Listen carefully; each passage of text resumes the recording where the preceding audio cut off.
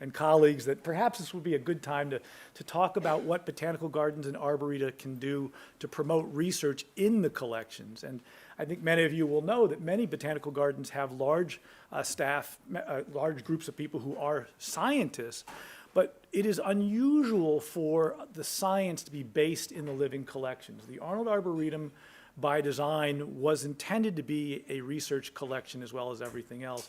So we're going to celebrate not only our institution, but the many gardens around the world where you will find important research going on with the living collections. So with that, let me just sort of spend 15 minutes reflecting on this wonderful institution. March 29th, 1872, the indenture was signed to create the Arnold Arboretum of Harvard University. It is a very thick, handwritten, very legal. There's the party of the first part and the party of the second part and the party of the third part. And you can read this and your eyes glaze over. But the central part of what I think is so exciting in this document is that the Arnold Arboretum was charged with containing, as far as practical, all the trees, shrubs, and herbaceous plants, either indigenous or exotic, which can be raised in the open air here in what was then referred to as West Roxbury. And so there it is. Our charge is to grow everything we can. And as an arboretum, we have been circling the world for a long time. One other thing that they did create was, if you look at the bottom, there was the creation of the Arnold Professor, and I feel very privileged to be able to say that I am that person, but I'm only the 8th director in 150 years who has been an Arnold Professor. So I just wanted to reflect before we dive in, who are we at the Arnold Arboretum? And it's really plants, landscape, and people. And I think my definition of the Arnold Arboretum is trees with provenance in a designed landscape. Let me unpack that. The design landscape is not a particularly difficult concept to understand, given that Frederick Law Olmsted designed these grounds. Earthworks were done. There was a great path system created. This was an intentional design. Everything that you witness and see and experience in the Arnold Arboretum was designed to affect you in all kinds of ways. And as Olmsted wrote, it is not simply to give the people of the city an opportunity for getting fresh air and exercise. It is not simply to make a place of amusement for the gratification or curiosity for gaining knowledge. The main object and justification is simply to produce a certain influence in the minds of people, and through this to make life in the city healthier and happier. And we've been doing that for 150 years. We don't have to tell people how to behave. We simply have to do excellent horticulture, and children will do cartwheels, families will be joyful, and people's lives will be uplifted. And it's important to remember that Olmsted wasn't just thinking about joy or some simple amusement. We are part of the healthcare system of Boston. We are a public health institution. Simply spending time here will have all kinds of health outcomes that have been documented in hundreds of studies, not just mental benefits, but also physical benefits in terms of birth weight, cancer outcomes, you name it. This has all been documented. So we are not just an amenity. And we found that out certainly during the pandemic, when I turned to two of my colleagues in the School of Public Health, and we led the charge with the Washington Post op-ed about keeping green spaces open. And many of you will know that we were one of the only gardens or arboretum in the world to remain open every single day, every single minute of the pandemic. Most closed. And the New York Times featured us as sort of the symbol of what these spaces should be used for during a pandemic. They are, as I thought about it, this is the only time you don't want to close. To give you some idea about numbers, we have hosted roughly 6 million visitors since the beginning of the pandemic just over 2 years ago. That's impact. And we continue to do our educational work with the school children of Boston and with adults. We continue to host cultural institutions such as the American Repertory Theater, which couldn't be inside, so they created their experiences through dance and various choreography and writing. Here at the Arnold Arboretum, we've worked with art museums. We have continued to do our business as if there was not a pandemic, and I think it's been a really amazing period of time. We are also, as you see out the door, a community committed to combating climate change. We have on site the largest solar system at Harvard, bar none, and considerably larger than any other. About a quarter to a third of our electricity, depending on which building you're in, across the property has solar power flowing into their total electricity usage. Now, provenance is a little bit more, I think, not obvious to some people, but I want to unpack provenance. Last week, you could have gone to the top of Bussey Hill and seen this beautiful sand pear, and as I always do in the spring, and you could have taken a picture of the flowers with the stamens reflexing and doing their various sort of designed processes of letting their pollen out. But you could have gone to a nursery and seen a sand pear and taken the same pictures. But you wouldn't be taking the same pictures of an organism that we have knowledge about in terms of provenance. So here's the tag at the base of the tree. You can see an accession number, its family, its binomial, SD, seed. It was collected as a seed. 1908 is when it was accessioned into our collections. It was collected W, wild, in China by Ernest Henry Wilson. And it tells you exactly. We know even more about it. We know that it was collected in Hubei province, and we know it was collected just west of Yichang. We know what Yichang looked like then because Wilson brought archival images back to our collections. We know who was collecting with Wilson because, again, we have archival images. And if you look at those big, the porters who have put down their heavy loads, almost certainly you're talking about some of the seeds and the various things that were going to go down a river to the coast of China, across an ocean, across a continent in a railroad car, arrive in Boston for our propagators to start their new lives. And so this is where they all went to the headquarters. This is actually, the houseboat was called the Harvard. And after about 4 or 5 years, from cold treatment to germination in our nurseries, what happened next? Someone picked a spot on top of Bussey Hill, they dug a hole, they planted that tree, and for the next 100 and whatever years, we've been taking care of that organism. So that gives that organism standing, it gives it provenance. It is not interchangeable with any other sand pear on Earth. It is a unique individual.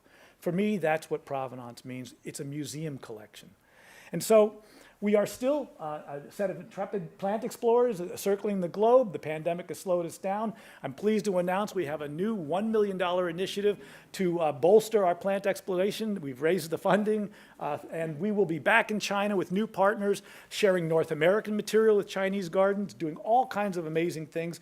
But we will continue to work hard to get even better material onto the grounds for research, for horticultural aesthetics, for conservation, for ex situ preservation. And so we're going around the world, and we have been, but we're also hosting the world on our expeditions in North America. And just before the pandemic, the 3-week expedition to the Appalachians, I was able to, along with our team, welcome our colleagues from China who are returning with material to go into the gardens of China and Beijing and elsewhere so that they can learn about our backyard plants, our beautiful biodiversity. And people like Michael Dosman, the keeper of the living collections, who's in the back, he and others have been circling the world actually working to conserve, not just through ex situ conservation, but actually going out, getting new germplasm and helping to work with communities to appreciate these threatened and endangered species, such as the paperbark maple. We are home to 16,000 roughly curated woody plant accessions. Again, each one has provenance. Each one has a birth story. Each one has some granularity that makes it unique in the world. And of course, we are safe harbor for species that are already extinct in the wild, like the Franklin tree. We're home to 8 PCN national collections, essentially the finest of their kind in the world: maple, hickory, beech, lilac, ginkgo. And you say, well, ginkgo's only one species. But we've been to, I think, 11 of the 12 relictual populations in China. There is no place on the world where you can find that genetics except on the flank of Peters Hill, unless you want to do several thousand miles of travel in China. This is what it means to have a national collection: 63 different species of maple, of acer. It's an extraordinary thing to be able to go in the spring and look at the different flowers, the pollinators, to see the different barks. This is the power of a collection like ours. But we're also an urban biodiversity hotspot, and an undergraduate thesis documented over 70 different species of native bees here at the Arnold Arboretum. And we are working very hard with our herbaceous layer to promote health of native fauna. And underneath the solar panels is locally collected many threatened and endangered species that will hopefully drive pollinator habitat here to better levels. So at the end of the day, we're Harvard's Museum of Trees. There's no question about that. We are a museum of living objects intended to be studied. And you are in this wonderful research building that I opened in 2011. My predecessor, Bob Cook, built it. I can't take any credit for that. But when I got here in January of 2011, this building had no furniture, no people, no equipment. And today it is a thriving hub for all kinds of studies, biodiversity, global change, genomics, you name it. And the beauty is, again, because we use these living collections as study organisms, you can be in the lab, out on the ground, back extracting DNA on the microscope in a matter of minutes. This really puts power to the living collections. And I'm one of 3 faculty from the Organismic and Evolutionary Biology Department that's based here. Ben Taylor, who is an ecosystems ecologist, had just joined us a little over a year ago and has built a wonderful research group. And of course, Robin Hopkins, who's been here for several years, studying the evolution of flocks and speciation and all of the things that go with her system. An amazing group of people. Again, it was empty 11 and a half years ago. We're now completely full. And it is a beautiful place to be. To give you some idea of how we've grown, this is sort of up to the pandemic. In 2020, we didn't get our 2019 numbers together, but we really went from a very small number of people in this building on an annual basis to roughly 100 different people are using these facilities every year to conduct research. And even if they don't come into the building, just to show you, it's been my message to everyone. Many gardens will tell you, don't touch the plants. You can't take this sample. These are working organisms. They are intended to be studied. And just before the pandemic, we were roughly between 90 and 100 different research projects per year in the living collections. If you see flagging on a lot of our trees, there are several thousand trees with research flagging, meaning that in our databases that all flow electronically to our horticultural staff, they know if they shouldn't or shouldn't prune that tree because someone's got a research study system that's going for the next 4 years, and do not touch. All of this is going on here. So here you are at the Arboretum of Harvard University, 150 years into its journey. It's just a great pleasure today for me to welcome all of you and for us to reflect on what botanical gardens can do to promote scholarship here and elsewhere throughout the world. So I thank you for your attention, and beautifully, the tags actually have the program on the back of it if you don't know who's next. It works very well. So there you go. You will always know, as will I. And our first speaker is someone I want to introduce quickly, Michael Donahue. Michael is someone who needs no introduction, of course. He got his PhD here, was on the faculty here for many years. But the thing that I think makes Michael, to me, the most extraordinary person is where he chose to live as a graduate student. He chose to live right next to the Arnold Arboretum, literally 50 feet from an entrance. And if that doesn't say everything you need to know about Michael and his commitment to being around plants, whether he's in the field all over the world or he's in Boston, he wants to be around plants. And Michael is the epitome of a scholar who has really devoted his life to studying plants by being in the plants, among the plants. And today he's going to talk a little bit about some of the work he's done here in the collections associated with his research. And Michael, I'll just let you take it away.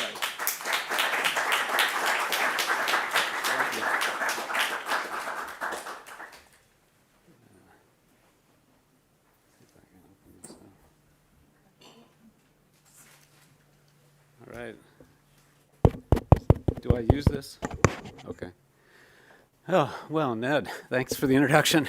And thanks for the introduction to the Arboretum. That was terrific, really good. You know, I love this place. I'll tell you why in a few minutes. And I love the staff, always have. And I've worked very closely with people here my entire career. So I'm very close to this place, as Ned indicated. So I'm going to tell you about some work we've done in the Arboretum. But it's not quite what I had in mind because I don't have enough time to talk about much of it. So I'm mostly going to concentrate on Viburnum, surprise, surprise. And it's actually just this little tiny corner of the Arboretum that's there in the little square there that I've spent a lot of time. So it's just this one little tiny corner of the Arboretum that I think, as you'll see, has yielded a lot of good research over the years. And So, and the provenance of the specimens and everything, of course, is the key to the success of everything here. So, that's what I looked like when I was a grad student, and and I lived over here. So that's the Forest Hills station, and that's where there was a house. It was 383 South Street. It was right at the entrance of the Arboretum, right inside the Arboretum. And it's no longer there. I forget when it was torn down exactly, sometime in the 80s maybe. But I lived there, and I had housemates, Walter Judd, among others, Chris Campbell, Toby Kellogg. Many people who you will have heard about actually came through and stayed at this house for, half a year or a year or something like that. I stayed the whole time pretty much, all through my time there, from 1977 to 82. And it was a dynamite place to live. And they delivered firewood right to the door. It'd be like a ginkgo that they had just cut down or something like that. And it was great. But all of us who lived there took full advantage of the Arboretum and really studied a lot of stuff at the Arboretum. And maybe myself in particular, because there was this Viburnum collection over on the other side of the Arboretum, just steps away, literally, 5 or 6 minute walk or something, and you could get over there. So I had a blast taking advantage of that all through that time period. Now, I took a minute before I came here to go through my CV and say, how many papers have I published that used plants from the Arnold Arboretum? And I don't know if this is a world record or not. I mean, but it's a fairly large number of studies that have come right out of the Arboretum collections. And the ones that are highlighted in red are ones where where we've worked with morphology or phenology or done some kinds of observations of the plants in person. The ones that are in black are more like DNA samples. So I've sort of tried to distinguish between those two. So there's a bunch of them, and that's one set, and that's another set. So I don't know if you guys keep track of this sort of thing, but I want to vie for the record, of the number. And essentially all of this came out of that one little square in the Arboretum. It's kind of amazing. So I'm going to tell you a little bit about the work we've done. But just to summarize that, I just looked at it, and these were published in 20 journals. Some of them were in-house journals like Arnoldia, and others were other botanical journals like New Phytologist and AJB and things like that. And then there were 11 that were in more general readership, Proceedings of the Royal Society or Science or Nature Plants or American Naturalist or whatever. So these things appeared in a bunch of places. I went through the first 20 or 30 of them and picked out that there were 6,000 citations of these things. There's presumably more than that, maybe 10,000 citations of these papers. And then this spawned a bunch of dissertations, like 10 dissertations, including my own, at least little sections of them, and a bunch of postdoc projects. So, and you see that many of those say Yale after them. So I was here at Harvard on the faculty, and then I went from here to Yale, and I've been there since 2000. But nevertheless, this is pretty close to Yale, and we carried on doing research up here the whole time and having students come up and take advantage of the collections all along. So it's been a really productive place to work. What have we learned from these things? I just sort of listed, I went through the titles and said, what are these things about? A bunch of them are about phylogeny, as you can imagine, and those are the ones that are the DNA ones primarily. But Viburnum, Sambucus, Lonicera, other Dipsacales, and so forth, we've done a lot with the phylogenies of these things. But then on the right are studies that involve morphology and things of that type, and I've listed those there, and I won't go over them all. I'm just going to focus on the ones that are in red for a few minutes. But at the very bottom, it says chromosome numbers and genome sizes, and where is Morgan here? Oh, there's Morgan in the back. So Morgan was a PhD student at Yale who used the collections, and we just published a paper at AJB about chromosomes and genomes and stuff. So sorry, Morgan, I'm not going to go over that work, but anyway. So the very first paper I ever published was in 1980, and it was in the journal Arnoldia, and it was about flowering times in Viburnum, which is a topic that ever since then I've been interested in, but especially now, bizarrely enough, these many years later, I'm really interested in this topic. But what I did was, since I lived at the Arboretum, I could go out every day and keep a kind of a journal, a record, of which ones were flowering when. And I did this for several years when I was a grad student. And this was, over a several-month period, and what I found is that there was great regularity in the way these things flowered. From one year to the next, you could predict when they were going to flower and so forth. And so this shows the flowering times for a number of species that were in that little patch of Viburnum over there. And we carried on doing that kind of work. I did some of it in 1985 and 86 and with the help of some other people. And then these two people, Laura and David, went around in 2009 through 2014 and kept nice records of flowering times and other things. Not just flowering times, it was when things leafed out and so forth, when they fruited and all of that kind of stuff. And this shows 2 years, the two that were the earliest and the latest flowering. But every year it was the same sort of story pretty much. It was very predictable who was going to flower when. There's a little variation just depending on the weather that year. Oddly enough, this is an unpublished paper, and which is really sad. It should be published because there's a lot of good data here. But this is one that's still in prep. It's been in prep for about 20 years, it seems like. Anyway. But one of the things that we discovered that's, the kind of thing that you can put together in an arboretum like this is that there were great regularities as to when things were flowering. And one of the key factors was actually the nature of the buds, whether they had naked buds or scales, one pair of scales or two pairs of scales. And so it was the ones with naked buds that flowered earlier, the ones with one pair of bud scales that flowered next, and the ones with two pairs that flowered later in the season. That's the sort of thing that people don't generally think about, but I think it's a really cool way to predict when things are going to flower and could actually be quite useful information. But this is yet to be published as well. But anyway, the flowering time stuff has really gotten our attention, a lot of attention from us in recent years, and this was the work of Beth Spriggs, who worked here at the Arboretum for a while as a postdoc, but was a grad student at Yale. And she studied this clade, the Viburnum lentego clade, and a few others, and mapped out flowering times across the ranges of these things. And the thing that she discovered, and which we've discovered again and again as we go around the world and look at viburnum, is that overlapping viburnums that are related to one another are generally offset in flowering time by about a week or so, a week or 10 days. So if you look at prunifolium and lentego there, you can see that they overlap, their ranges overlap, but one of them flowers much earlier than the other, right? So prunifolium is flowering much earlier than lentego. So those can be bred to one another. They can easily interbreed with one another and make offspring and everything, but they don't in the wild very much because their flowering is offset. And we've found that all around the world now. So I think this is the main mode of reproductive isolation actually in the wild in viburnum. My second paper was about growth patterns, and this was, some of you will know Barry Tomlinson was around and working on the architecture of tropical trees and stuff, and I got interested in this. And I thought, well, let me go out and really map out the growth patterns of all these viburnums. And so I described a number of different growth patterns, and this is, I think I described 8 or 9 of them altogether, but this is some of them. And so this is just showing, in a given, this would be a little bit of growth. This is 1 year's worth of growth. This is the next year. That's the next year. That's the next year. So that's what the coloring scheme indicates. And you can see that several different modes of, patterns of growth here, growth architecture. And at the time, I thought that was just, a fun project to do and everything. I didn't realize it would be, so important in my understanding of this group of organisms over all these years. But I keep returning to it as a central organizing principle for understanding the evolution of these plants. And I can show you I'll just show you one example of what I mean by that. This was a study that we carried out in the Arboretum and with Erica Edwards leading the charge.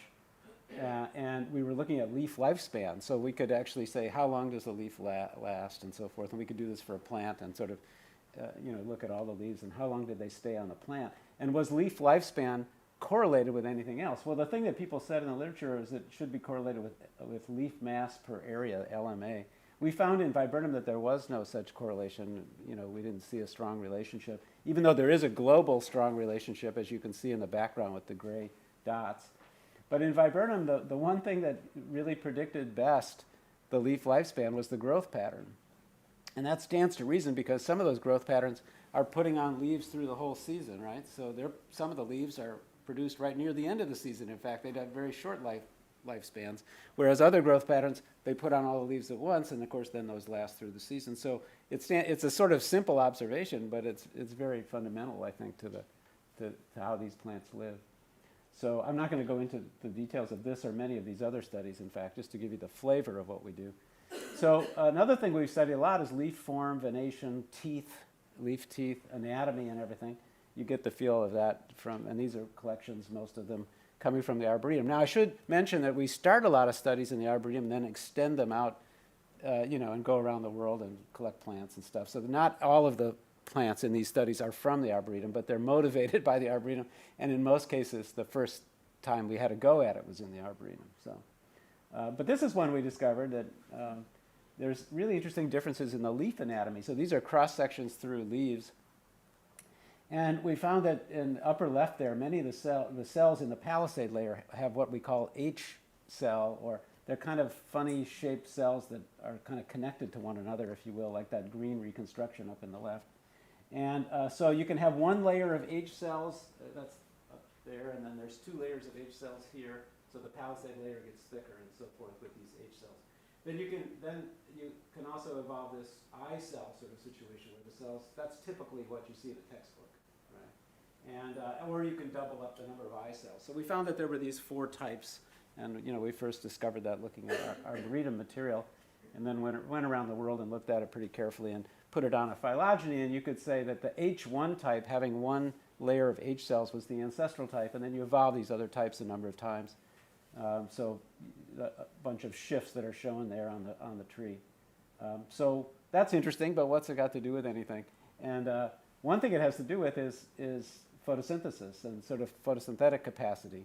And so you can get out there and measure that with your Lycor and so forth, and also take measurements like leaf thickness and so forth. And it turns out that these cell types are actually really highly correlated with photosynthetic ability, photosynthetic capacity. And that every time you got a shift in the evolution of these leaf types, you would get a corresponding change in so here's a shift from H1 to H2 on the tree.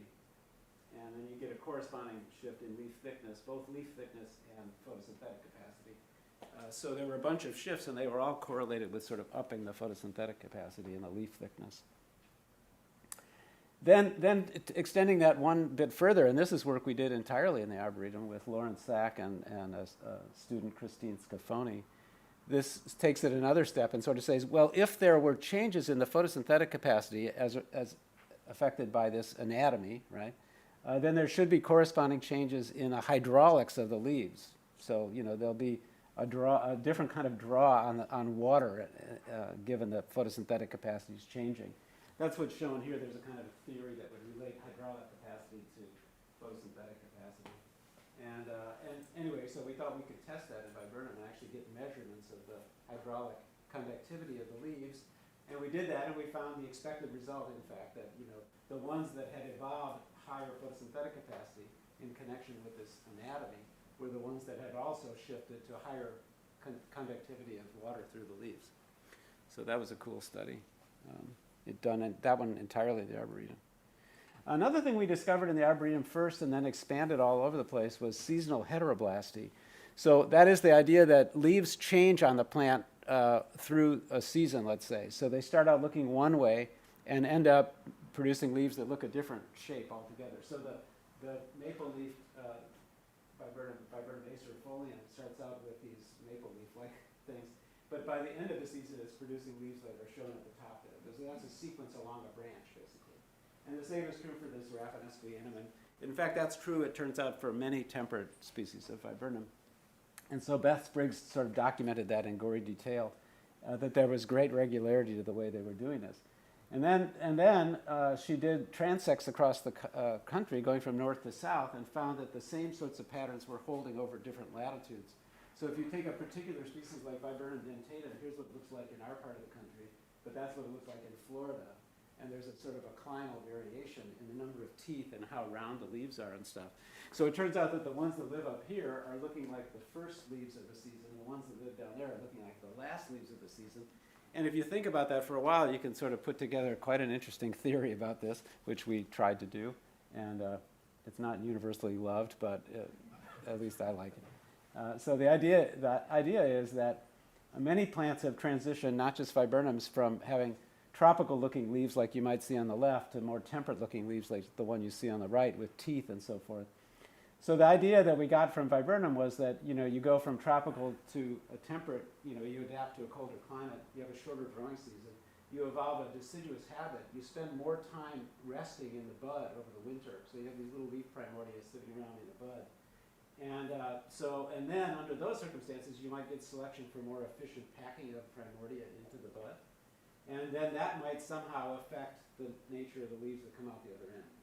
Now that's the tricky part, is how does that work? How does that relate? So we got into thinking about the structure of the buds and what's inside the buds. And we did these CT scanning studies where we could look at how the leaves were folded inside the bud.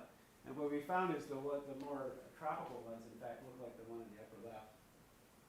And they have less leaf tissue inside and they're less efficiently packed. I can't go into the details here. But the ones that, like this one on the upper right, that's what Viburnum dentatum in the eastern North American species would look like. They're kind of, the leaves are curled around one another in a very effective way, and they can produce a lot more leaf tissue inside of the bud.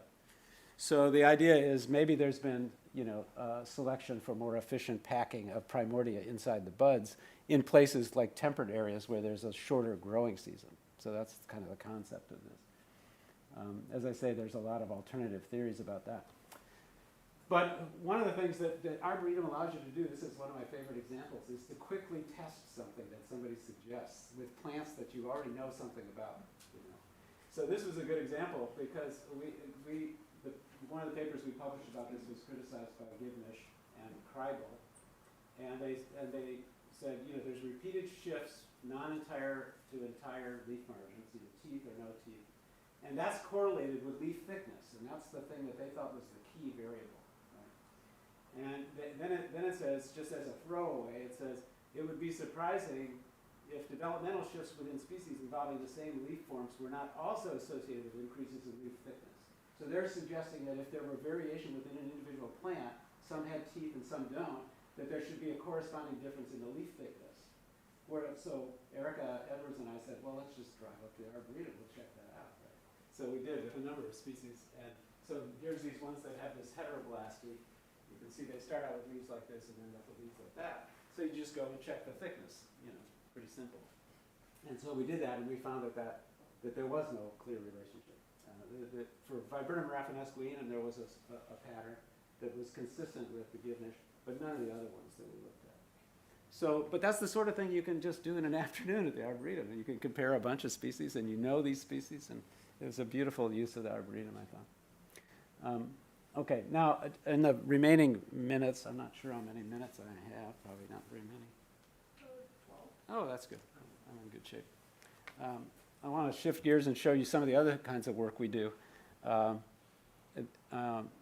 wish I could go through all this stuff with you. So a lot of it is pretty fun, I think. But I chose this one to talk about fruits. So, in the Arboretum, you can follow the flowering and then the fruiting of the plants, and you can see the fruits have different shapes and sizes and stuff, and we measured a lot of that. So, well, one of the things that we've known for a long time is that if you cut a viburnum fruit open, like in half, and look at it, there's differences in the shape of the seed inside, or the endocarp. The endocarp is like the pit, the hard layer that surrounds the seed. And anyway, you can see here a selection of these things, and some of them are kind of wavy and look kind of Batman-like, and there's a bunch of different shapes of these things.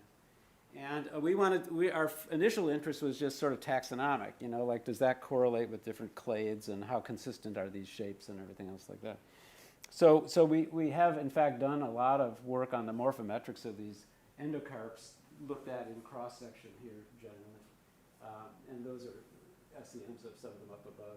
And then you can take this information, it's all this morphometric stuff, and map it onto phylogenies. And indeed, it's really true that major clades have certain types of endocarp shapes, and they're different from other ones, and it's quite consistent. But we also can show multiple cases of good convergent evolution and everything, and that's been kind of fun.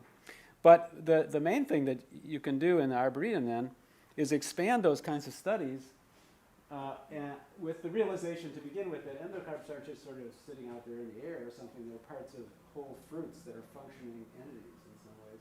So then you can sort of say, well, how does the endocarp shape inside there relate to anything else about the fruit? Like what about the color? And what about how much flesh they have? And what about the chemistry of the flesh? And so we actually went about doing that in the Arboretum. So we looked at all of those factors. This was the work primarily of Miranda Sinnott Armstrong, who was a grad student at Yale. So she went out and started measuring. You can look at these and go, oh, there's some red ones and blue ones and everything. But she sort of went out and measured the reflectance of these things properly and looked at the wavelengths and everything. But then she did work on the chemistry and on pulp content and moisture content and how much sugars and how much lipids and all this kind of stuff. And there were some really cool patterns, like in the upper left, just follow the blue ones there. In the upper left, that says the blue-colored fruits have high lipid content, but they also have very little pulp. That's what that says. And then up there it says they're not very moist. And this one says this has to do with the width of the fruit, so they're small fruits. So there's this whole syndrome of characteristics that goes along with being a blue fruit. And the opposite is true for the red ones, let's say. So the red ones have very little lipid. They're almost all sugary. And the pulp content, there's a lot of pulp. And they're really moist and juicy, et cetera. So you can go through and realize that there's these whole syndromes of fruit characteristics that are going along with one another. So she recognized, we recognized these two primary syndromes that had evolved a couple of times. The blue ones with little flesh, with lots of lipid and everything, and they go along with a certain kind of bird. And then there's the red ones that are really juicy. And there's a lot of other differences, like the blue ones tend to fall off the plant easier, and the red ones, and all these very subtle differences that we cataloged about these things. Now, we took this another step further, which was really fun, and this started with a realization that some viburnums have this interesting blue color that's kind of metallic or something, or kind of iridescent almost. And one of the primary ones of those is a common one in Europe called Viburnum tinus. And Viburnum tinus, so it does not grow in the Arboretum. Viburnum tinus, in fact, none of its close relatives live in the Arboretum. However, we've been talking about trying to plant some, right? Because climates are changing and everything. These things you can now get them up in the New York Botanical Garden. That's as far as they'll come up north, but pretty soon they'll be here. But anyway, Viburnum tinus, Miranda and some colleagues studied in detail what's making this blue color, and could it be a structural color as opposed to a pigment? And the discovery was that it was indeed a structural color. And what that is that in the outer wall of the fruit, in the exocarp cells, there's a TEM there, and it shows that there's a layer, a fairly thick layer in the cell wall, in the outer cell wall, that's full of these what look like lines. They're actually sheets of little lipid droplets. So you have to look at the chemistry of their lipids and everything. But that's what they look like under TEM, is layer after layer of lipid droplets, and that's causing a reflectance that gives you this kind of metallic blue color and everything. That's the first time that kind of thing's ever been described in a plant. There's very few structural colors been described in plants, and this is the first with this particular kind of mechanism that involves the lipids, which is really interesting for other evolutionary reasons having to do with honest signaling to birds, who are getting nutrition out of these things. So that's fun. But that didn't involve the Arboretum so much. But we thought, well, we can now expand that kind of study using the Arboretum's collections. So I'm showing you just a sample of the ones from the Arboretum, Dilatatum, Vetulicolium, and so forth. And what it confirms is that all these other viburnums their colors are pigments, anthocyanins and things of that. And they just have a cell wall that looks like this and a cuticle that looks like that. That's what those colors look like. But there is one, Viburnum dentatum, our own Viburnum dentatum that's native here, that has something very much like what we saw in the tinus. And it actually does cause a reflectance. It's a slightly different mechanism with less well-organized lipids. But we're just on the verge of publishing that one. But the idea is we can do a whole comparative study now using all the plants in the Arboretum, looking at all these fruit walls, putting them under the TEM, and then tracing the evolution of this structural color from these things with anthocyanins. So that's kind of cool. That's a whole other direction. The other thing you can do in the Arboretum, which Miranda did, is look at the development of these things. Like, how do these cell walls actually develop? So you could actually take TEMs at different stages of development. So when the fruits are small and not blue colored, down in this size range, what do they look like? And then as they get larger and start to develop their blueness, how does that correspond with the laying down of these lipids in the cell wall? That's what this is showing. So this is the kind of thing you can almost only do in this kind of setting, where you can follow the ontogeny of these things, carefully collect them, measure the reflectance, put them in the TEM, do the whole thing. It's a really nice use of living collections, I think. Okay, now I've said a little bit about Viburnum, but I have to end with a couple of other little things. So with respect to Lonicera, which are the honeysuckles, that's what we have a grant to study this now, and we're actively doing this in the Arboretum with the help of the staff here. But Wendy Clement and Monsa Srivastava, who's a grad student, we're studying this phenomenon of, like, there's one group of Lonicera that have 3 flowers in a little set, a little sign of 3 flowers. And then most Loniceras have lost the middle flower, and so they only have 2 flowers. So there's the 2 flowers in the inflorescence are sitting right next to one another. So they lost the one in the middle, basically.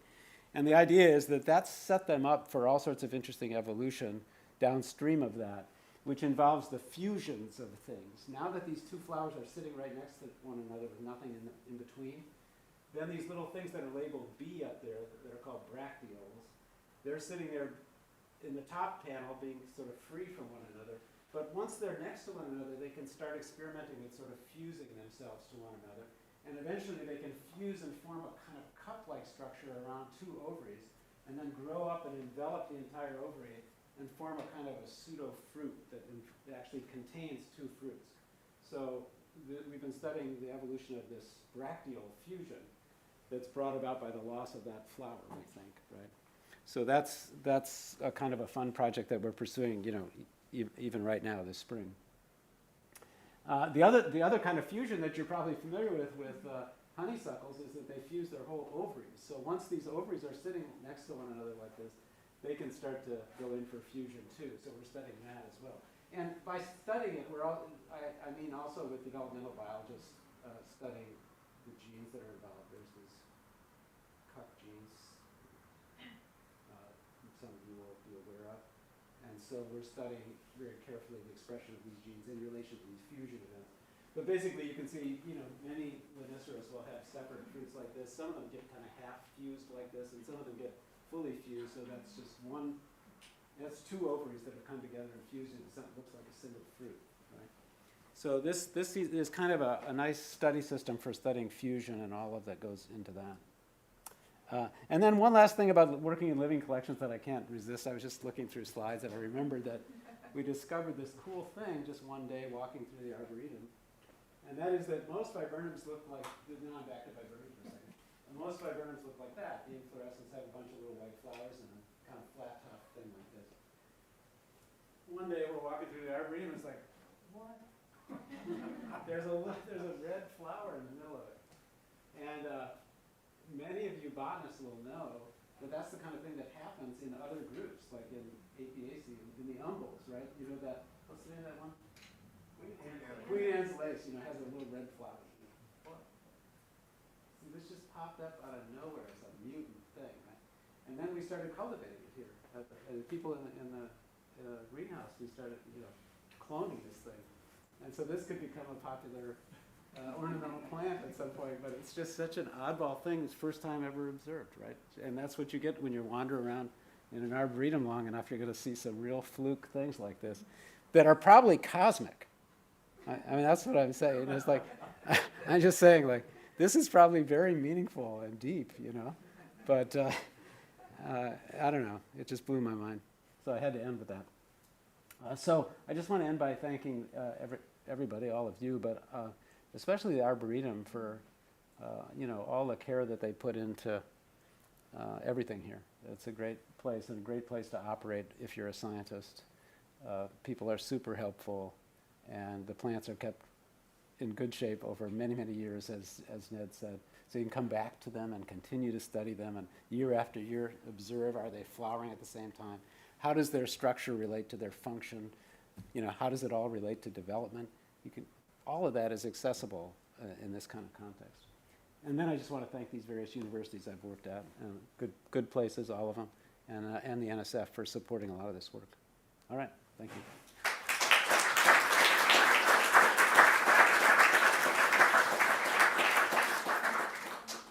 Yeah. I had a comment one time, and that explained to me that in the database, when the plant dies, it's kept information how it died, when it died, you know, if it died partially, which is so important. And so few gardens do it because it's so much work. It's a lot of work. But no, it's true, they keep good records, or they try the best to keep really good records. And there's also things that happen along the line where a plant will show up with the wrong label, or something will have died and something will have taken its place. And anyway, there's a lot of confusion. And I'd like to say that we've cleared up some of that, but we have actually, there's still a lot of issues we're working on. But we're very grateful to all the record keeping and everything that goes on there. Thanks, Michael. I'm just looking at the time, and we have plenty of time for discussion and interactions. After these first three, we'll be going for a walk. So maybe we'll go on to the next one. And yeah, it's just fantastic, Michael.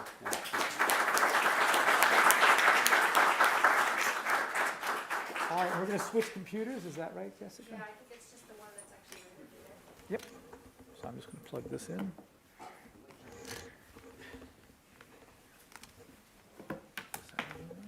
Oh, there's a portable one. Wendy was just saying that we should mic.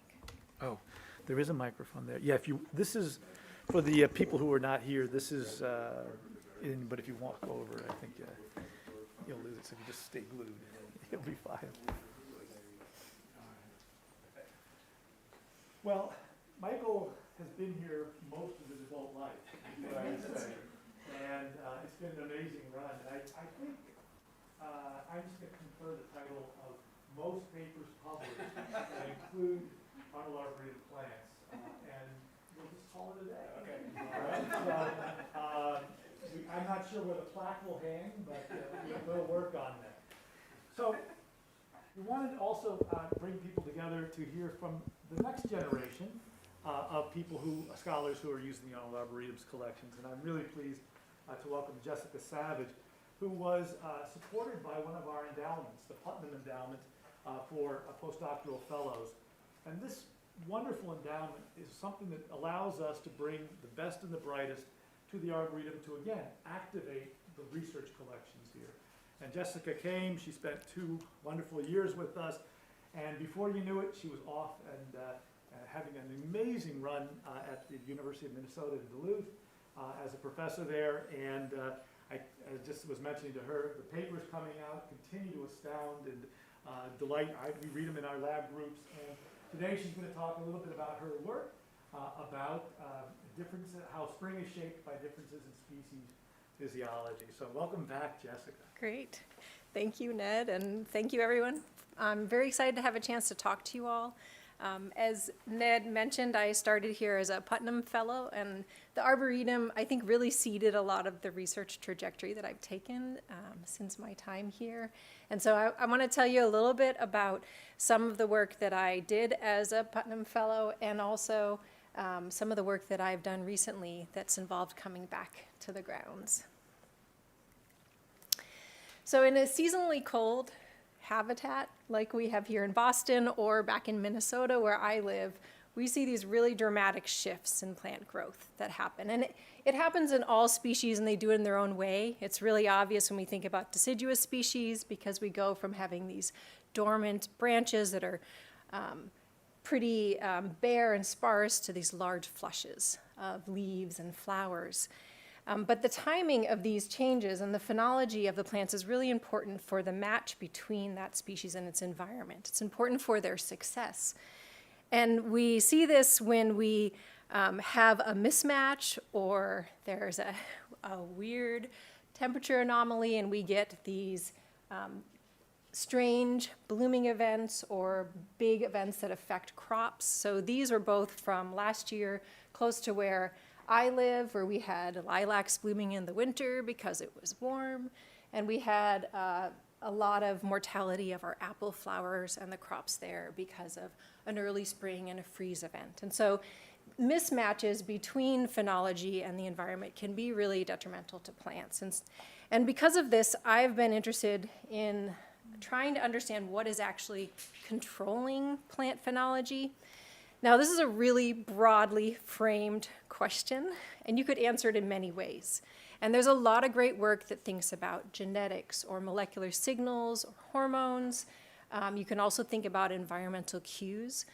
What I often think about when I think about phenology is the rapid movement of resources that's happening inside of the plant. So if we're talking about this small magnolia bud when it's in the middle of winter, and that growth from that bud to this large flower, that is a huge influx of resources into a very small space. And it is going to tie to things that are happening in the plant vascular system, because that is going to be the mechanism for moving these different resources around inside of the plant. And so I'm sure most of you know that there are two parts of the plant vascular system, but I always like to remind folks, because I'm going to allude to both today. So we have the phloem and we have the xylem. They're both these series of stacked cells that form long tubes that run through the entire plant. And the phloem is composed of tissue that has a very sugary sap, so it's used for moving carbon around the plant, while the xylem is primarily for transporting nutrients and water from the roots into the canopy. Now, when you're thinking about growth and the ability of a plant to move resources around, and you look at a plant in the middle of the summer, assuming it's not too hot or not too dry, there isn't going to be much in the way of a limitation of what's happening with the vascular system. It's going to be functional, everything is going to be open, it's easy to have these large shifts in growth, but that's not true year-round. So both the xylem and phloem go through significant changes in the autumn and into the winter. And what we see happen is a little bit different depending on which part of the vascular system you're talking about. So if we look at the phloem, what we often see is a buildup of different polysaccharides, saccharides that block some of the connections between cells, callose. We see increases in viscosity and often just a slowing of transport. If we look at the xylem, in the middle of winter, it's just going to freeze in a cold place, right? So it's going to turn into ice. There'll be no transport. However, that ice formation has implications for what happens in the spring, right? When ice is formed, all the dissolved gases are going to come out of solution and you're going to have bubbles. And when that ice is dissolved in the spring, if the bubbles do not redissolve, they can actually expand and cause an embolism, having a gas blockage of that part of the vascular system. So if we look at this tree and we go outside in the middle of the winter and you see all these plants, you're looking at a plant that has a pretty reduced vascular function in many situations. And yet this is the condition we're seeing right before the massive flush that we're seeing out there, okay? So there's some major changes that have to happen to allow these plants to all of a sudden mobilize all of these resources early in the spring. And so I've been interested in really trying to understand what is happening in the vascular system early in the spring and trying to understand whether vascular physiology could actually impact the timing of spring growth. So are there differences between species in how they tolerate winter conditions, how they reactivate their vascular system that could explain why some plants are able to leaf out and flower early and some do it later? And so I've been sort of working with this basic framework, thinking about, okay, what if the plants that are going to grow early have to be able to survive winter with a greater vascular function? Like, what is that? What if that's the necessity of what they need? Because other plants, if you're going to leaf out or grow later, there's time to repair, okay? If things are not working come early spring, you can even grow new tissue. And there's more time to have a whole series of different changes. And so can we actually look at species and see if there's a difference in their vascular physiology in the winter, and does it tell us anything or allow us to predict anything about their phenology? So I'm going to touch on two different studies that we did to give you a little idea of this story in leaves and also in flowers, because it's a little bit different what's going on. So there has been a long-standing idea that there is a connection between what's happening in the xylem and what's happening with leaf development. And there was some really instrumental work done by Leikowitz in the 80s that proposed that there should be a tight relationship between what's happening in the xylem and the timing of leaf out. And it's all tied to the fact that leaves use a lot of water, okay? If you think about the state of a developing canopy and how much water is being moved through a plant at that time versus a few weeks earlier when there's no leaves attached, it's a dramatic shift, right? And Leibowitz realized that there was a really interesting relationship between the anatomy of the xylem and the timing of leaf out in some of the plants that he was observing. So we see here I've got two pictures of wood, so that's the xylem. And on the left is a diffuse pore species that has really small, narrow vessels, so the conduits are small. The one on the right is a ring pore species with really wide conduits. And the observation was made is that these plants that have the really wide conduits are the ones that leaf out the latest. And the thought is that it was tied to the chance that these would actually embolize in the winter. So there's knowledge about how embolisms form, and larger bubbles can be formed in larger vessels, and larger bubbles are more likely to expand. So it's been known for a while that if there are larger conduits in the xylem, there's going to be a greater chance of having this blockage form in the winter. And so Leibowitz proposed that these ones with the early leaf out had to have smaller vessels, less chance of embolizing. The ones that leafed out later, because there was time for repair, could have larger vessels. Now, since this early work, there's been a handful of studies that have looked or considered this relationship, but not in a lot of depth.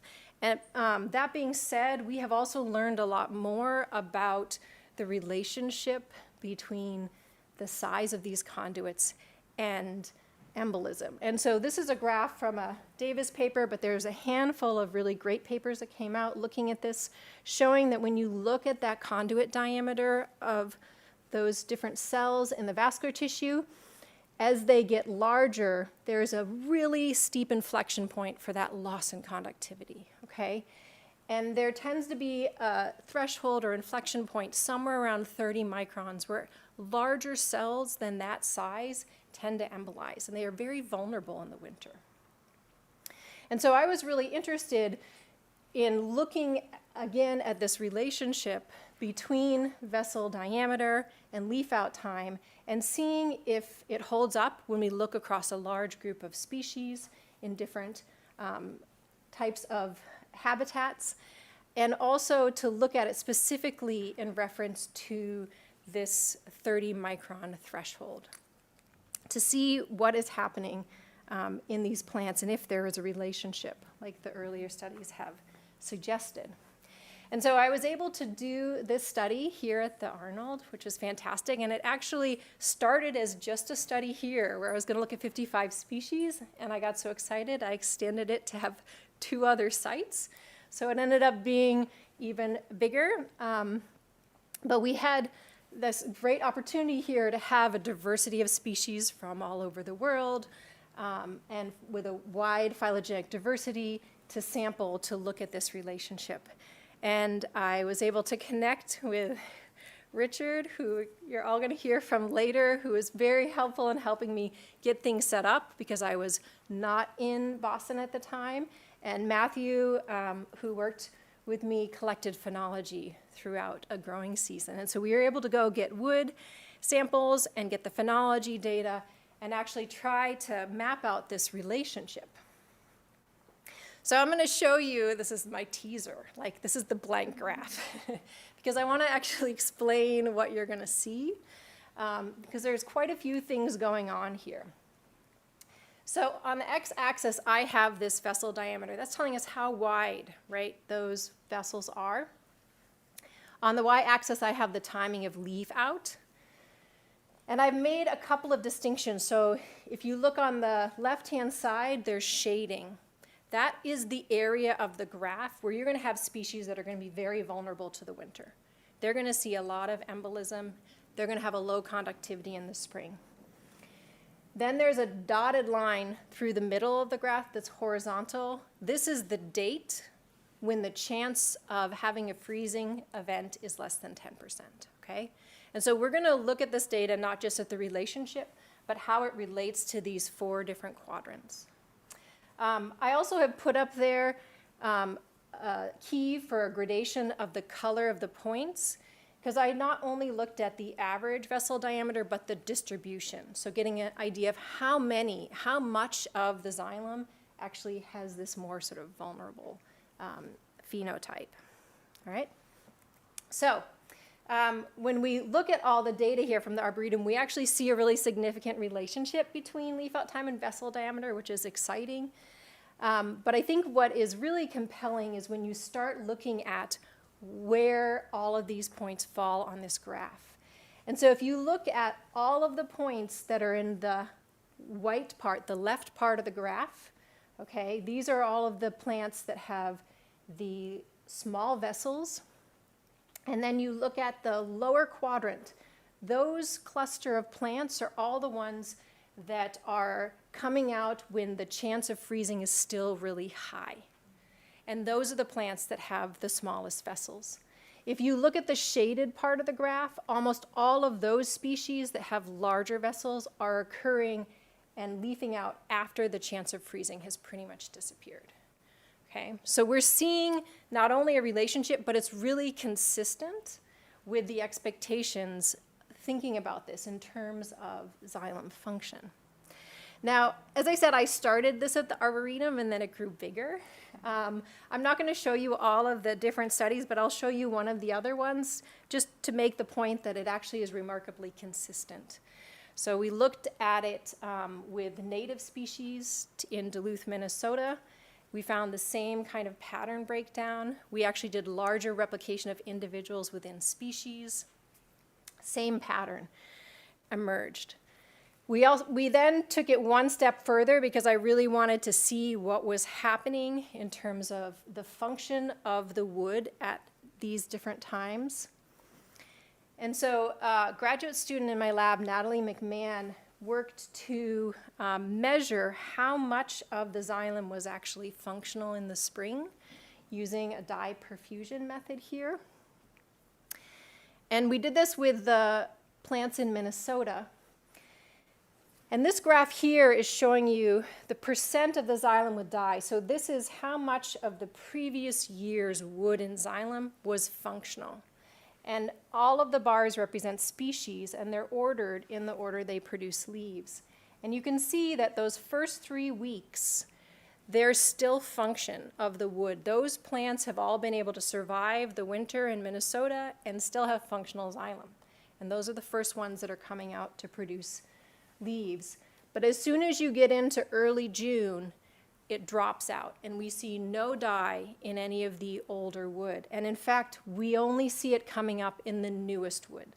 And so all of our later leafing out species are only leafing out after new wood is produced and there's new xylem for these plants to support their canopy with. And so this all really supports this original framework that I gave out to you, that there could be a relationship between when plants are leafing out and at least vascular function in terms of the xylem, right? So I want to just put a little yes there to emphasize. So this is something that, as I say, people had talked about before, but what we haven't thought that much about is what's happening with flowers. And I think flowers are fascinating for many reasons, and I would gladly talk to you about floral physiology at some point.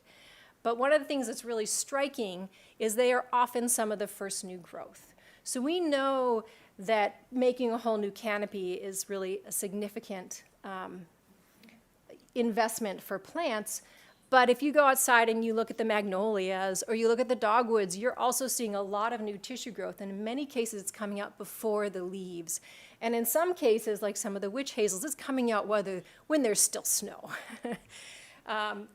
These plants are not producing this new growth at a time when there are probably a very high vascular function. And so I have been interested for a long time in trying to understand how some of these early flowering plants are able to produce flowers so early in the growing season. The thing that's challenging is we can't just put flowers into the same schematic as leaves, because I challenge you to go out there and find two flowers that involve the same resources on different species, right? They're different sizes, they have different amounts of water that they use, and so we can't just have the same basic framework and thinking just about water. And so instead, I started thinking about investment in terms of the whole flower.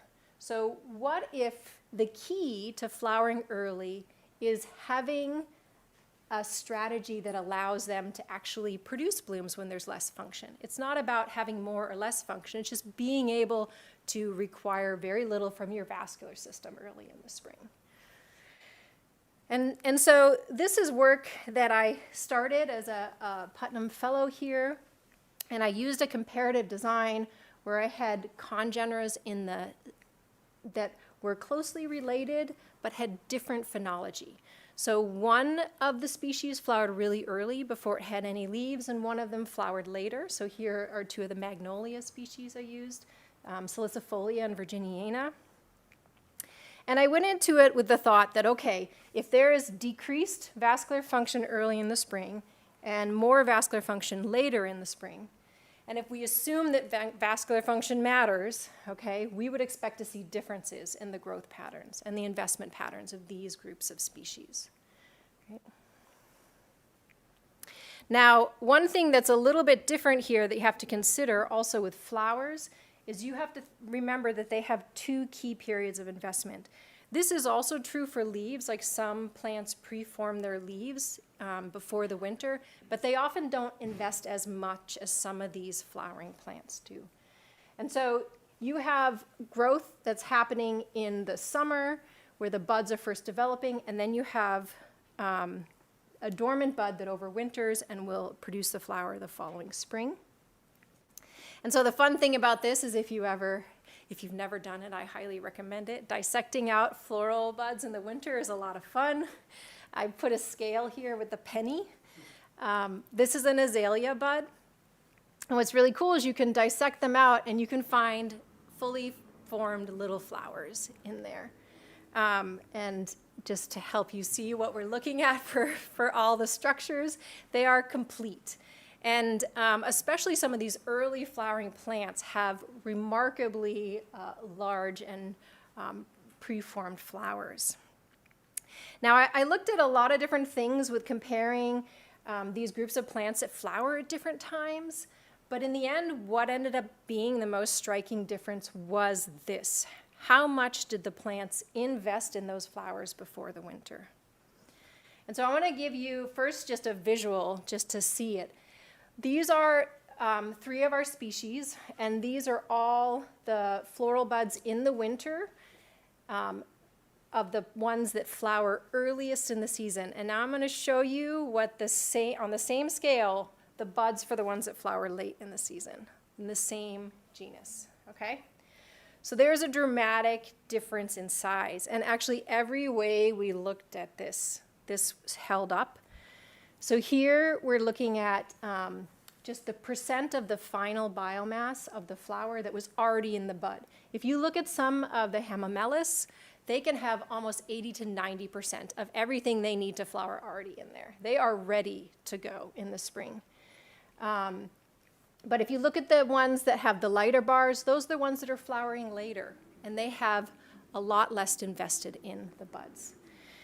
And this is interesting because it doesn't necessarily represent a difference in flowering size. In fact, it's the other way around. The flowers that come later are almost always bigger.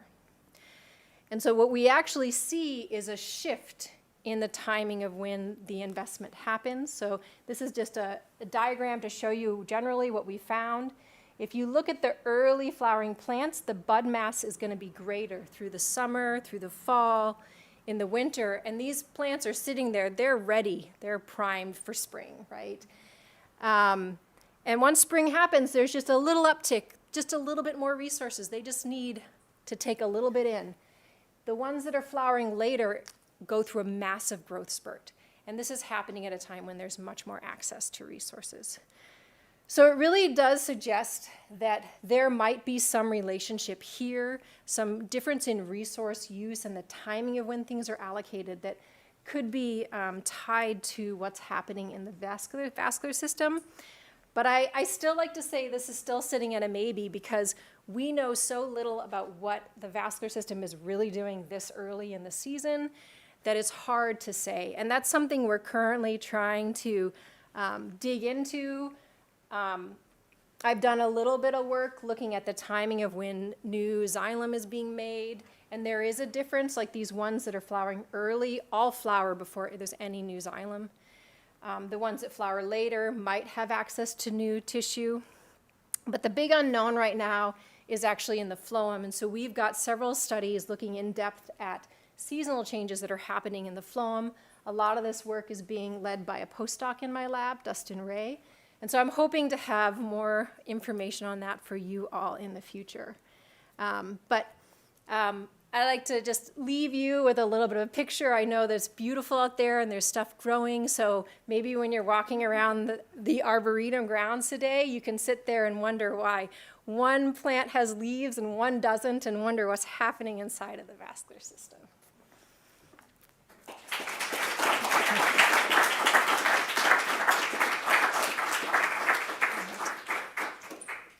You have time for a quick question or two?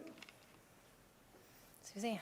Yes, I have a question about the witch hazel. When you mentioned the witch hazel and a couple other plants, they didn't necessarily evolve their early flowering for Boston or whatever, Michigan conditions or Boston conditions. So Yeah. are you also bringing in the biogeographic origin and time of evolution of these things?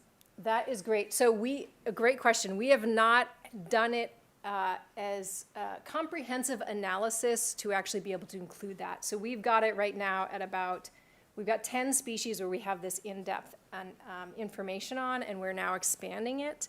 I think it would be a great thing to look at because it is definitely true. And with the witch hazel, they're an interesting pair because the other pair that flowers later actually flowers in the fall. So it has one of the largest spreads in terms of flowering time. Yes, yes, for sure. Yeah, Richard. We talked about the damage of the xylem by winter. I mean, is there any evidence that phloem is also damaged by winter? That is a great question. I would say damage is a little bit of a tricky word. There is not really a lot that talks about physical damage, but it is possible that transport is inhibited or slowed. Whether it is an intentional just slowing down of the process, it's hard to tell.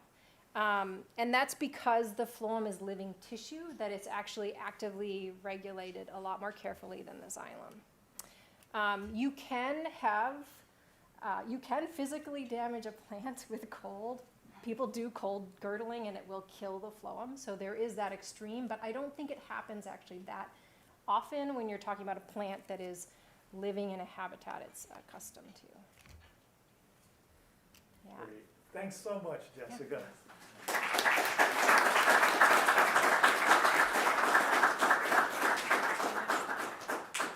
Now, it might seem at this point that all we talk about are temperate trees here. And I will admit that Michael and Jessica have set that expectation that woody plants only hang out in cold parts of the world. But I want to disabuse you of that. And to do that, actually, we are very fortunate to have Patrick Griffith, who's the executive director of the Montgomery Botanical Center, one of the great collections of plants. Some woody and some arborescent, but not woody, if that's okay. But if you haven't been there, and I was given the wonderful privilege of seeing this collection with Patrick as my guide, it is truly a world-class collection. So the very kinds of things that are activated by this kind of a collection, very much the things that we cannot grow here, you go down and see Patrick in Florida. So thanks so much, Patrick, for being here. My pleasure. Very happy to be here, and I feel like we do have a lot in common. between these two gardens, and one of my best colleagues is here. That's Michael Dozman. And what I'm talking about today is the science of living collections, but I'm going to give you the tropical perspective. But I want to show you that this is actually something I've been thinking about for a very, very long time. I've been really out there spreading the word, and this is something Michael and I worked on a long time ago. I think we might have been just out of high school at the time. Michael, do you know what year that was? I think it's 2006. Michael's got it exactly right. 2006. It's a long time ago. I've really been studying this thing, and Michael, we've been talking about it. But what's happened since 2006? That was, before the plague, before a lot of things, right? So what I want to talk about is collections-based research. And what is a record that we had since 2006? How was it accomplished? And what's next, right? So what is a record since 2006? And this is it. If you just kind of graph out papers that use a collection. We heard a lot about that. There's a guy that set a record here today, 52 papers in one collection. But this is here at Montgomery. Over time, you can see it's increased, right? It's doubled over, if you take these two 10-year spans before and after 2006. So obviously we're doing something to encourage more research in the collection. What is it, right? Clear growth over 10 years. Just some examples. Lots of cool papers. Always interesting to read these. I love it. Especially when the scientist credits your garden directly. It's just a great feeling, right? So more and more robust research happening at the garden. How was it accomplished? Did we spend more money, right? Obviously we doubled the amount of money. We just kind of wove a magic wand. Actually, if you look at money, that was right after the recession. And spending was kind of flat for a while.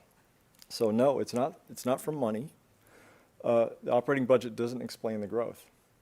How about growing more plants, right? Increasing the collection size. That seems to be correlated, right? If you look, the average number of plants every year, this is just a year-by-year inventory, it went up during that time. And I think that that does correlate with more people coming to the garden and using it. Continued development of the collections. And the quality of the collection went up, right? This is just one metric. There's many ways to measure it. But the percent of wild collected plants went up by 6% over a 10-year period. And we're trying to move that number up all the time. So this is just some of the different expeditions that we did during that period to try to develop those collections. Just to map all the places that we've been involved getting things. And each one of these dots, it's got fun stories on it. But did we do it by growing more plants? Absolutely. Did we do it by growing better plants? Absolutely. So the relationship between collections and research, in my view, is absolutely fundamental. Did we do it by helping scientists? And we heard about opportunities in the last talk for somebody to come here and use a collection, right, for young scientists. We have a similar program, right? We have a fellows program. It provides money so scientists can come use a collection. And we've had, in that 10-year period, 42 different research visits. So that was very productive. A lot of interesting people here. One of these guys you might recognize, right? Barry Tomlinson, fantastic guy. Too many stories about him. I can't use my time for that.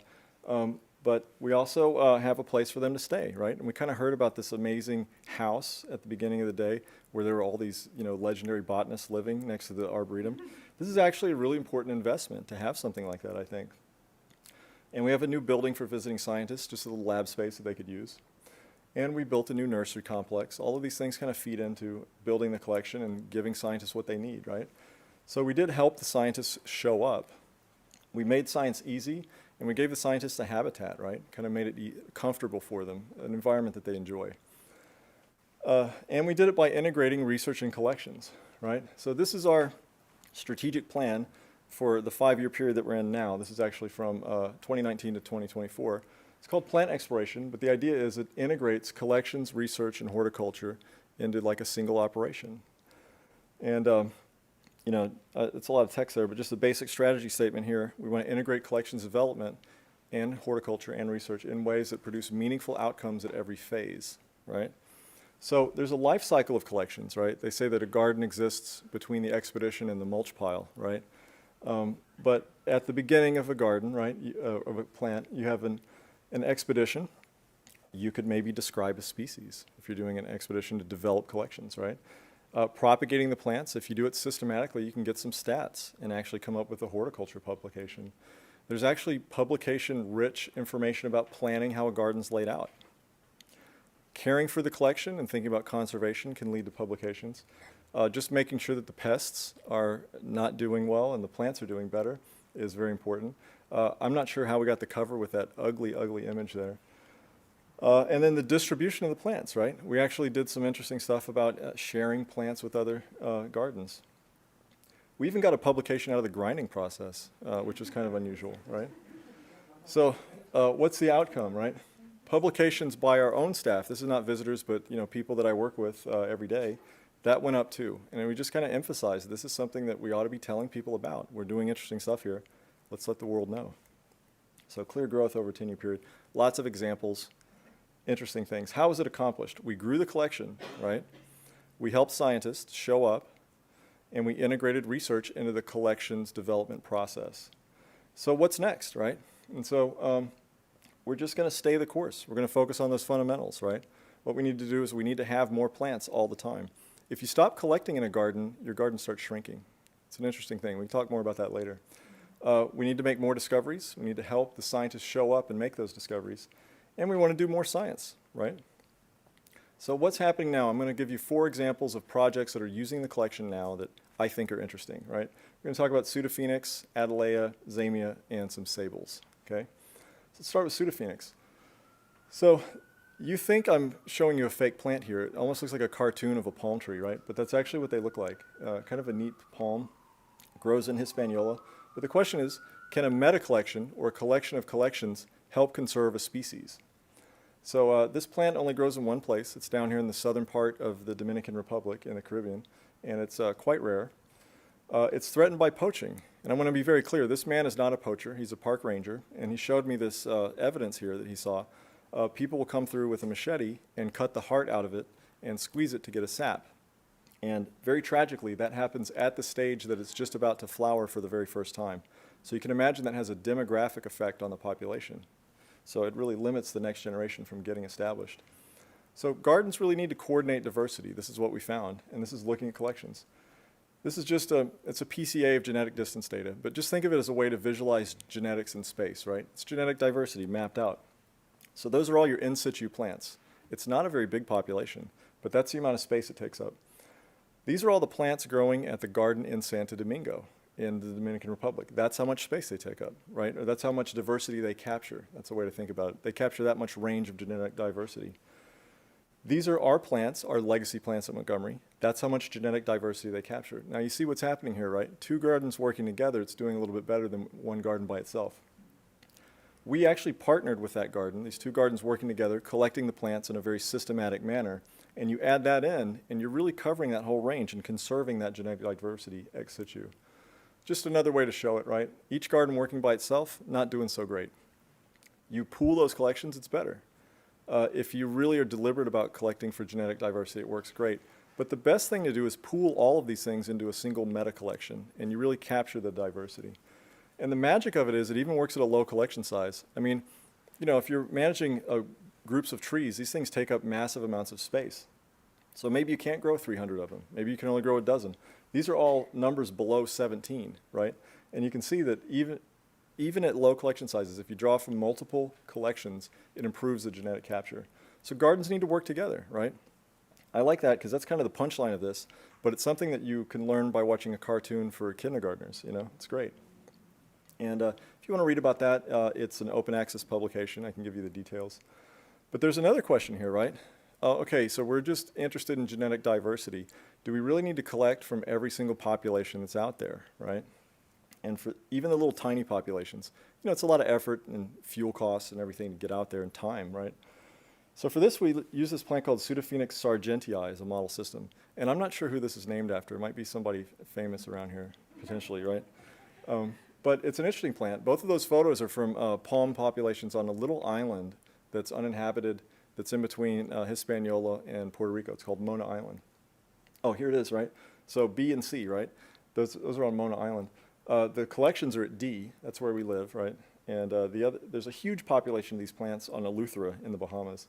So we're just, comparing genetic capture from all these different places with the collection that we have in our garden.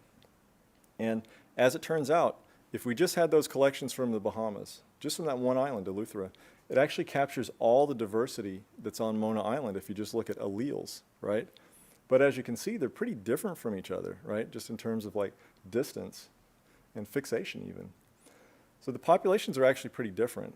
And, just looking at the structure, for a long time, gardens were thinking about this genetic diversity just through the framework of allele capture. You want to have 75% of the alleles conserved. I don't think that's the only benchmark anymore. I think we need to start thinking about other sorts of genetic benchmarks as well. So bottom line is you got to go to all the islands. And if you go to an island, you got to go to all the populations. So yeah, we need to raise more money. You want to read about that? Another open access paper, I'll give you the details. But the bottom line here is this is research where we studied the collection directly. We also developed some new collections over the course of doing this research, and we were able to inform a conservation protocol. So this is an example of integrating collections and research. How about Adelaeas, right? So for this is very thankfully a big collaborative project. We have a lot of partners on this. It's led by Chicago Botanic Garden. They're looking at many different species, but the one that I'm really excited about is Adelaea crassuspaetha. It's the one on the right. That's in our garden. This is a super rare plant. It's a good model for captive breeding of rare plants. And the reason why it grows in Haiti, right? It's critically endangered. There's only about 24 of these palms left in the wild, and they're all big ones like this. So what happens is the seedlings, the seeds will fall down, they germinate, and they're eaten by feral animals, goats and things like that. So it's one generation, they're all the same age. So that's kind of dangerous for a plant population. Actually, it's a whole species, right? It's not a population. So there's only about 24 of these left. Some botanists, very forward-thinking, back in the 90s, they sent seeds that they collected from these to almost 20 different botanic gardens around the world, places like Australia, just for safekeeping, because they knew, numbers are going down. So, but as it turns out, most of those gardens no longer have a surviving palm. There's actually only 5 gardens worldwide that still have this palm growing. So bottom line here is you really got to share these plants because you never know what's going to happen in a particular place. As it turns out, 4 of those are just in the Miami area. These are like our neighbors, right? And counting the plants, there's about 75 plants in cultivation, right? And only a few of these are reproductive. So what is that, the total? It's less than 100 palms on the surface of this planet for this entire species. So it's quite rare. So because of that, it's a perfect model to adapt what they're doing at zoos, right? You think about pandas or these little golden toads or animals that have like very small numbers. All of the zoos collaborate to form these big populations that involve different zoo collections, right? So they have a software that manages this. It's called PMX. It's pretty cool. But as you can imagine, managing animals and managing plants are different. Like the reproduction is quite different. So what we're doing is we're just kind of moving the zoos out of the way and trying to adapt that software to figure out what's the best coordinated breeding strategy among garden collections so we can preserve genetic diversity into the next generation. So we sampled every ex situ specimen that exists. Most of them are right here in Miami. That's my garden, the second one down there, but there's 4 right there. One of them is a university research station. But actually there's a couple of palms over in Singapore. So we got in touch with them. They sent us some leaflets. So those are involved in the study. And through our colleagues in Haiti, we sampled every palm that exists in situ as well. And data are developing. Bottom line is there's more diversity in situ than there is ex situ. I think I got that backwards. So what that means is we need to actually develop further collections if we want to keep this thing in protective cultivation. And we also discovered something strange, which is that there may be some mislabeled collections. I'm not going to tell you which garden that is because that would be rude. But is it up there? Okay, I'm going to get off this slide real quick. All right. So, but the goal here is we want to have a unified conservation breeding strategy for this very imperiled palm species. In the photo here, it shows some of our folks at Montgomery with the folks from the National Botanic Garden in Haiti. So we're working directly with them. We send them lots of seeds whenever this thing reproduces. But what we're going to do now is we're going to send them the very best seeds with the best genetic diversity. So it's not just, highly inbred. Conservation through collaboration. So we studied the collections directly, right? New methods were informed, and conservation for this palm is on its way to being improved as a result of this integration. Let's talk about Zamias, right? This is the only cycad native to the United States, Zamia integrifolia. Interesting plant. You can see the cone there. We were talking about it before the symposium started. Really a fun plant. We have this big project that has been underway for a while. We call it the Caribbean Cycad Project. We've been sampling this from, throughout the Caribbean, many different international partners on this. But the good news about this is this has developed the techniques and the molecular markers for us to look at these plants in detail. And we did a lot of sampling in Florida. So these are all the places we went in Florida. There's some taxonomic issues with the plants. It's not really germane to what we're talking about today. But we did sample from throughout the state, and it's pretty cool to see these plants. But this plant was used by people for a very long time. This is a photograph from 1920. This is a Seminole family. And what would happen is they take the stems of these plants, mash them up, treat them very specifically to get the toxins out, and then you could make a flour and turn it into bread. So it's really cool. Staple food for these people that lived in Florida. As it turned out, these were extracted in an extractive industry that actually peaked about exactly 100 years ago. In Florida, they used to sell it as Florida arrowroot, and there were these two mills. One of them is very close to where our garden is. They dug up basically every single plant, and it got to the point where there's a botanist, Small, who came down from New York. He said that you cannot find the plant in Florida anymore. This is 100 years ago, basically extirpated, right? The good news is it's come back. It's around now. Here it is. It says that's the Hearst mill. Those are all Zamia stems. It's like 18 tons per day that they were processing. But you see, the root once grew plentifully in the pine woods, but was harvested to extinction in South Florida. So that's interesting. This is, again, just looking at genetic diversity. Kind of cool. You can see some genetic patterns there. Informs taxonomy. But that's not what we're talking about. But the bottom line is this provides the basis for us to investigate if these plants are going to be conserved well. Just something else kind of cool about them. That is the maximum seed dispersal, right? That's as far as they go. Isn't that strange, right? They're heavy seeds and nobody seems to like them. Somebody measured it, the maximum distance is like 4 meters, right? But oddly enough, this is the pattern of genetic relationships. Look at those long distance connections, right, throughout the peninsula. How's that explained? By people, that's exactly it. So, right, so these are the people that used to live there. There's this place, you see the CR right there? This was the capital of Florida about 2,000 years ago, around the year 0. They controlled this huge network of trade throughout the peninsula. And isn't it cool, the genetic relationships map onto that network of trade of these people from the old days. So you want to read about that? That's also open access. I can give you the link. But how does that relate to collections, right? That's what I'm here to talk about. Here's some collections that we have growing in the garden. What about elsewhere, right? There's this really cool tool out there, Plant Search, right? BGCI puts that out. It's at 65 different gardens, so that's pretty good. That's like a first benchmark. It's being conserved at 65 gardens. Can this species provide a model for cycad conservation? What do you guys think?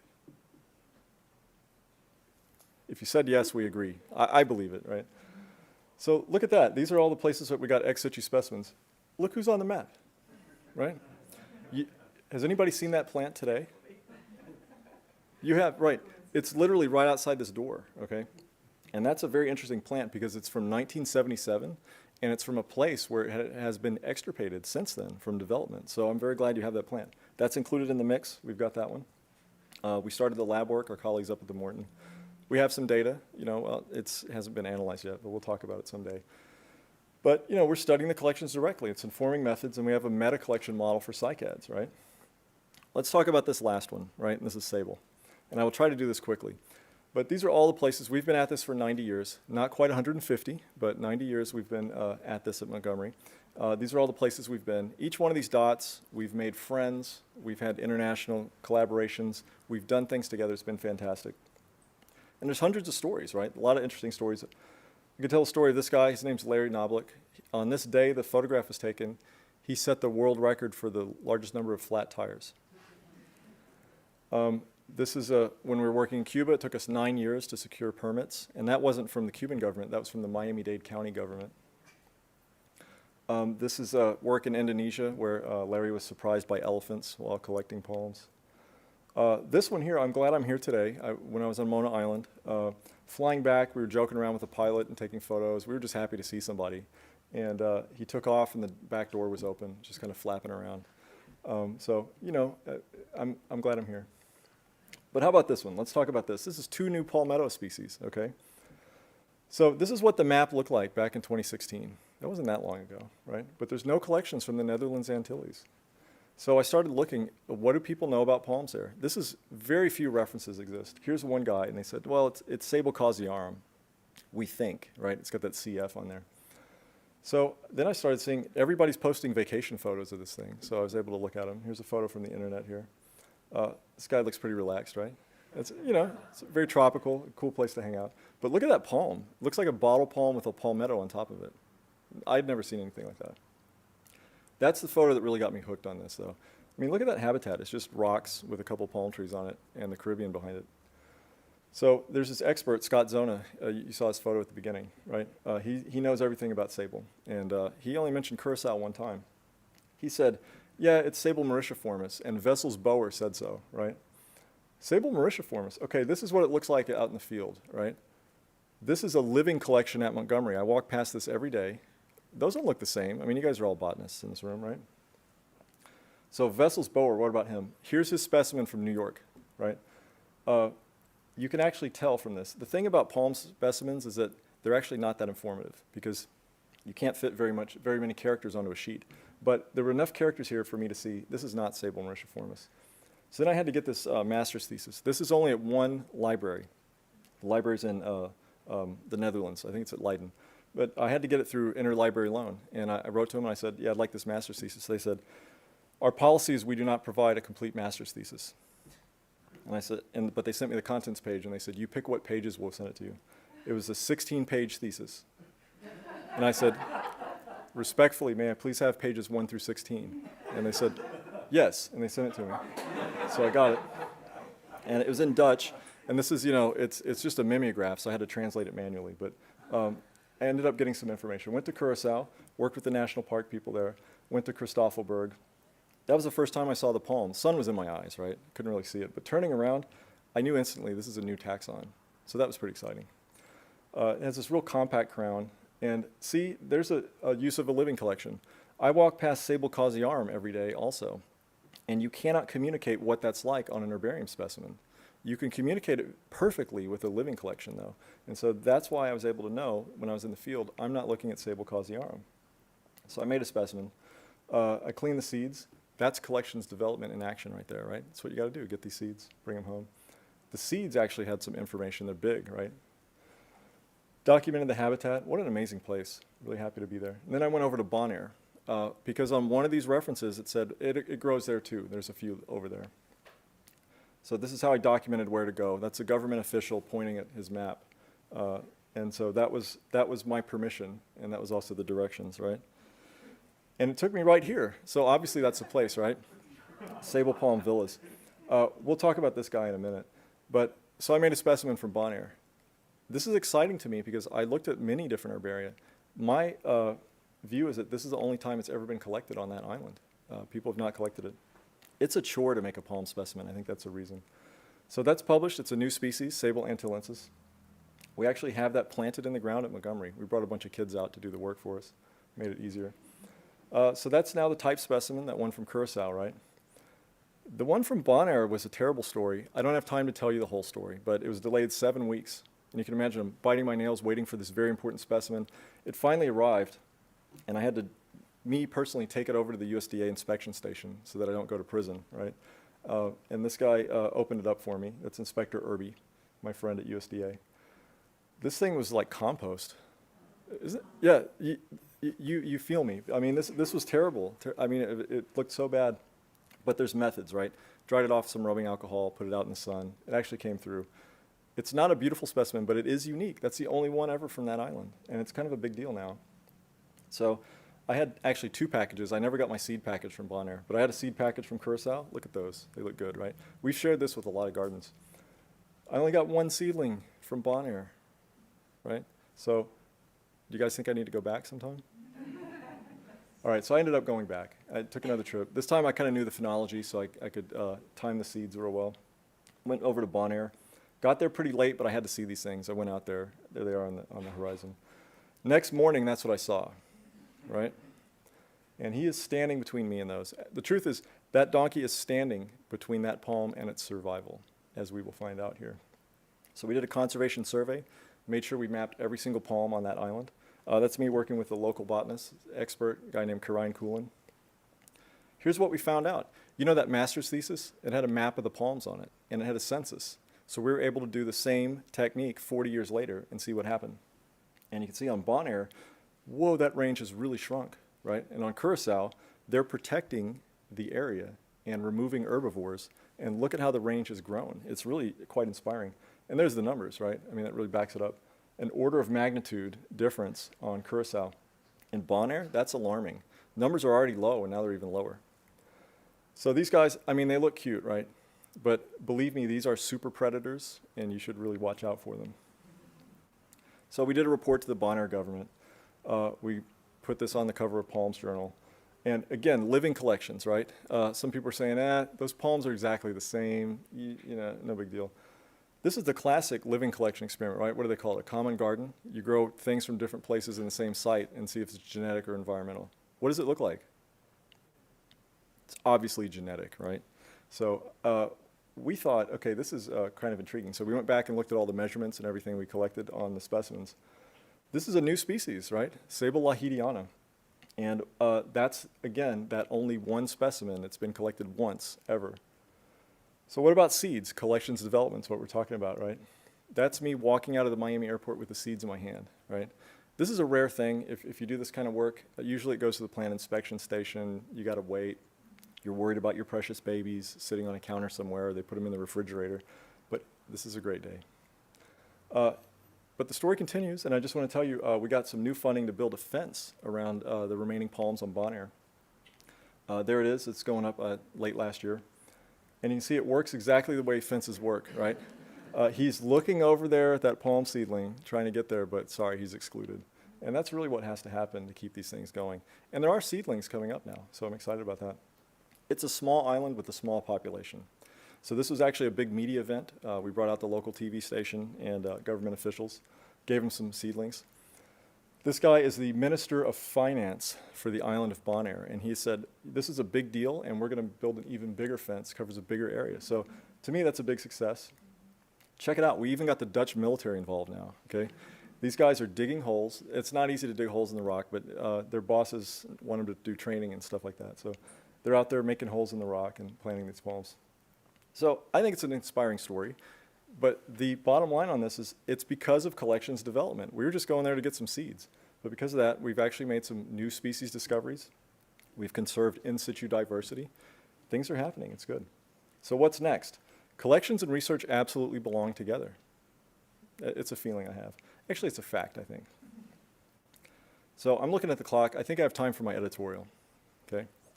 And actually, I'm going to change that. This is my manifesto. Okay? This is what I have to say about this. Science matters, right? This is a big deal. I don't have to convince this audience, but it's important for gardens to know that, because research is the highest and best use of a garden collection. But I want to tell you there's a counter movement out there. This was the APGA conference. The keynote was this guy, and he said, don't be such a scientist. But the thing about that book, if you actually read the book, I think it was misunderstood by the people that heard the keynote, and they just kind of went with the punchline, right? It's actually a real nuanced idea about communication, and he made a lot of good points. And his perspective as a scientist was actually very important. But there were these hostile interpretations. People were going around, you start talking data, said, don't be such a scientist, man. We don't want to hear that. So I offer a revision of this idea, right? And that is be a scientist, right? Get out there and cultivate discoveries. It's important. Thank you.